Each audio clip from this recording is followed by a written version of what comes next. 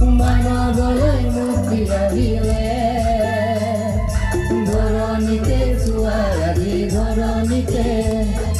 মানৱলৈ শান্তি নামিলে মানৱলৈ শান্তি নামিলে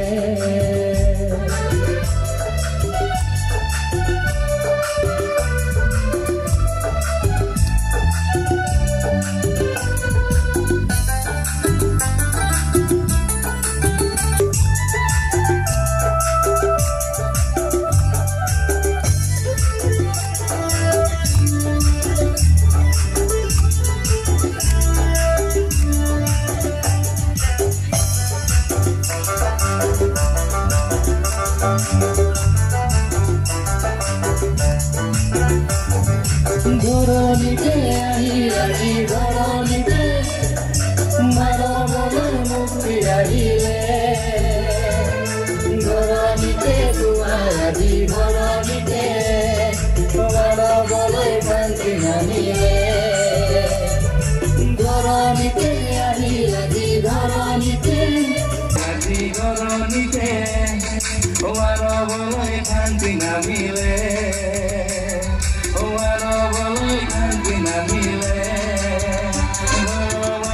আমি অসমবাসী লগতে পৃথিৱীৰ সকলো জনগণক আমি শুভেচ্ছা জনাইছোঁ। আজিৰ এই এডভান্স এক্সমাছ জৰিয়তে সদৌ বেলশ্ৰী খ্ৰীষ্টিয়ান যুৱক সমিতিৰ হৈ আৰু আশা কৰোঁ আমি আমাৰ খ্ৰীষ্টান ধৰ্মাৱলম্বী মানুহসকলে যি বিশ্বাসৰ জৰিয়তে যীশুখ্ৰীষ্ট যে মানৱ জাতিৰ উদ্ধাৰৰ কাৰণে পৃথিৱীত জন্মগ্ৰহণ কৰিছিলে তাৰ শুভবাৰ্তা প্ৰচাৰ কৰিবৰ কাৰণে আমাৰ মাজত ঝাৰখণ্ডৰ পৰা বক্তা আমি নিমন্ত্ৰণ কৰিছিলোঁ আৰু তেখেতে আমাৰ মাজত ইতিমধ্যে উপস্থিত হৈছে। আমি আশা কৰোঁ তেখেতৰ শুভবাৰ্তাৰ জৰিয়তে পৃথিৱীৰ সকলোৱে জানক যে যীশুখ্ৰীষ্ট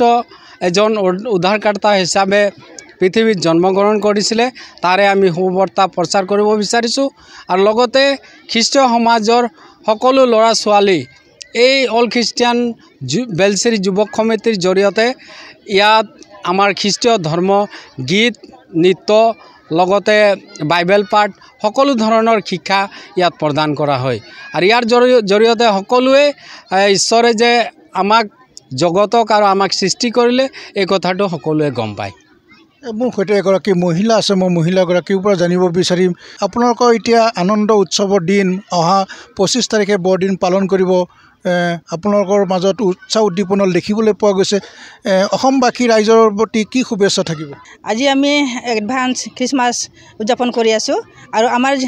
সদৌ খ্ৰীষ্টান যুৱক সমিতিৰ বেলশ্ৰী সদৌ খ্ৰীষ্টান যুৱক সমিতিৰ তৰফৰ পৰা আমি আমাৰ বেলশ্ৰী আৰু আমাৰ ঢেকীয়াজুলি আমাৰ শোণিতপুৰ যি আমাৰ খ্ৰীষ্টীয় ধৰ্মাৱলম্বী লোক আছে আৰু যিবিলাকে যীশুখ্ৰীষ্টক এতিয়ালৈকে গ্ৰহণ কৰা নাই তেওঁলোককো আমি আহ্বান কৰি আছোঁ যাতে বিশ্বাস কৰে, যোনে বিশ্বাস কৰে তেওঁ পৰিত্ৰাণ পায়, যীশুক বিশ্বাস কৰে আৰু পৰিত্ৰাণ পায়। আৰু আমি যে খ্ৰীষ্টমাছ মানি আছোঁ আমি 25 তাৰিখো মানিম আৰু আজি আমি এডভান্স মানি আছোঁ। ক'ব লাগে এইটো আমি এতিয়া যোগাৰ হৈ আছোঁ মানে এডভান্স যিটো 25 তাৰিখলৈকে এতিয়ালৈকে আমি সকলোৱে মানে মিলি কৰি আছোঁ। যেতিয়া আমি 25 তাৰিখে আহিব নিজৰ নিজৰ আমি চাৰ্চত আমি কৰিম তো চবকে আমি আহ্বান কৰি আছোঁ, সবেই মানিব লাগে। হয়, আমি ধন্যবাদ দিছোঁ পুনৰবাৰ ঈশ্বৰক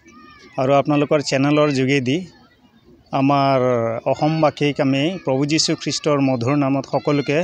আন্তৰিকতাৰে কৃতজ্ঞতাৰে ধন্যবাদ জনাইছোঁ। বিশেষকৈ আমি ধন্যবাদ জনাব বিচাৰিছোঁ এই মঞ্চৰ যোগেদি আমাৰ ভাৰতবৰ্ষত যিমান খ্ৰীষ্টীয় ধৰ্মাৱলম্বী লোকসকল আছে বা প্ৰভু গ্ৰহণ নকৰা সকলোকে আমি